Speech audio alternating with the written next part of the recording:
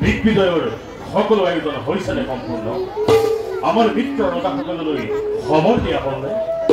হয় মহাৰাজ, দিগ্বিজয়ৰ সকলো কাৰ্য হৈছে সমাপ্ত। মিত্ৰ ৰজাসকল বিশেষকৈ গান্ধাৰকে দিগ্বিজয়ৰ বাবে নিমন্ত্ৰণ জনোৱা হৈছে। হয়তো তেওঁ এই মাত্ৰ আহি পাব। মহাৰাজ, তেওঁ আহি পালে। যোৱা বিদুৰ, গান্ধাৰক আগবঢ়াই আনা, লগতে মাউত সহ হাতীটো লৈ আহিবা। ভাল কথা।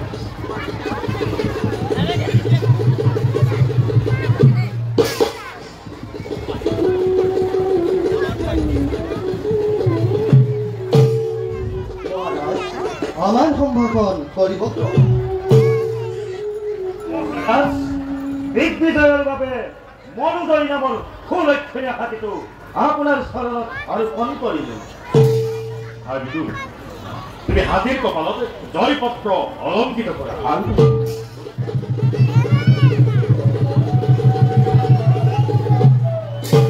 আমাৰ গ্ৰহণ কৰা হৈছিলে। দীৰ্ঘায়ু সকলো কাম সম্পূৰ্ণ কৰিলে। বিদুৰ পিতা পঢ়াচোন বিজয় পত্ৰ কি লিখিলা? ভাল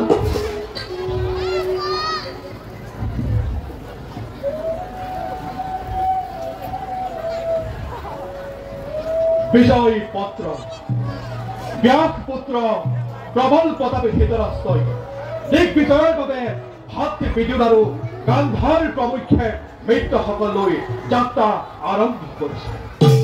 যিসকল ৰজাই কোনো বাধা প্ৰদান নকৰাকৈ ৰজাকে সম্ভাষণ জনাব, সেই সকলৰ লগত মিত্ৰতা স্থাপন কৰিব।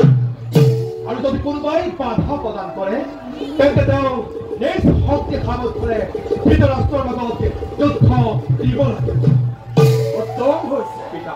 এতিয়া হাতীৰ কপালত জয়পত্ৰ অলংকিত কৰা। ভাল পিতা।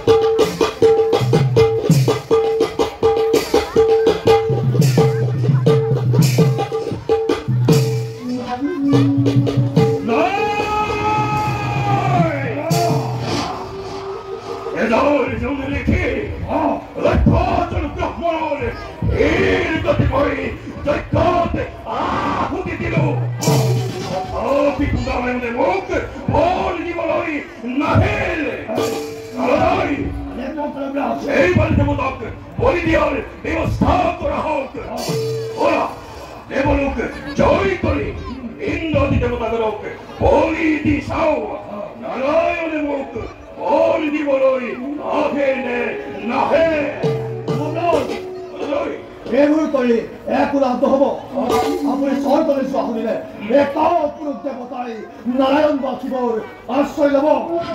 ব্ৰহ্মাৰ ওচৰলৈ নাযায়, কাৰণ যুদ্ধ কৰিবলৈ ব্ৰহ্ম অষ্টহীন আজকৈ এটা কাম নকৰি কিয় জানো বিৰাট আপুনি পোনে পোনে গৈ এই মহাদেৱ শিৱক ধৰি আনি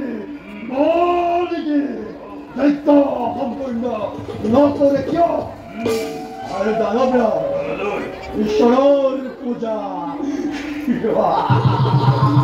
ঈশ্বৰ বলিয়ে কৰিলে ঈশ্বৰ সন্তুষ্ট নহৈ নোৱাৰে